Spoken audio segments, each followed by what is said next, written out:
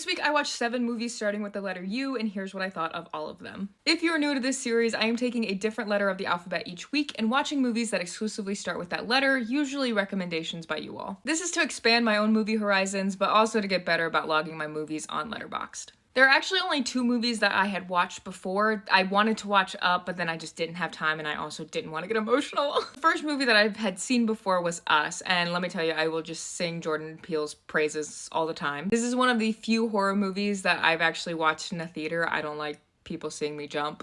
I think it's a great movie, terrifying premise, and the more I read into this movie, it's so much deeper than I had initially seen on my first watch. The second movie I had seen before is The Unbearable Weight of Massive Talent, and I think Nick Cage and Pedro Pascal are just an incredible duo, and I think their comedy styles work well together. But it's actually this really cool exploration of friendship and of feeling actually known by somebody, and I think that's the kind of great part of it. But it gets bogged down by some action-y cinematic subplot, so.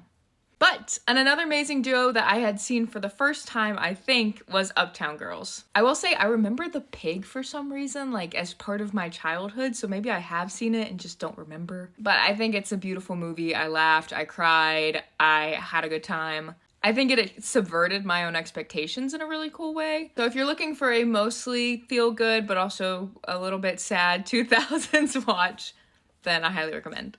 I also watched Unbreakable for the first time, and I gotta say, I really liked it. I personally love when I can't tell if things are real, if it's an unreliable narrator situation, or if things are just coincidences. It is slow in some parts, but I think it's a very interesting take on the superhero genre. Apparently, it's part of a trilogy with, I think, Split and Glass. If you think it's worth it for me to finish out the trilogy, let me know. But if it's not worth it, also let me know that. I think I started The Usual Suspects before and then just didn't finish it because I got a little bit bored. And rewatching it, I also still got a little bit bored. Don't get me wrong, I do think the ending twist is really, really cool, and I get why people put that on top lists of movie twists. However, I just don't think that I was invested enough in any of the characters for the kind of fake twists throughout to mean anything to me. It's still good, it's just not as great as I wanted it to be. Somebody recommended Underwater, which I hadn't heard of before. I would say, admittedly, it's not the most engaging thriller, and I think part of that is that it is just so dark underwater, and that's how they shot it, and I probably would have benefited from being in an actual movie theater instead of just watching it on a screen. However, I will say it has one of the most intense opening sequences that I've seen in a while, and so I highly recommend it just for that. After that, it's just kind of like Alien, but underwater. No one recommended it, but I saw it listed. I did watch Uncle Buck for the first time. And if you're looking for a feel-good watch all the way through, I think this one's a good one. It's a good nostalgia watch.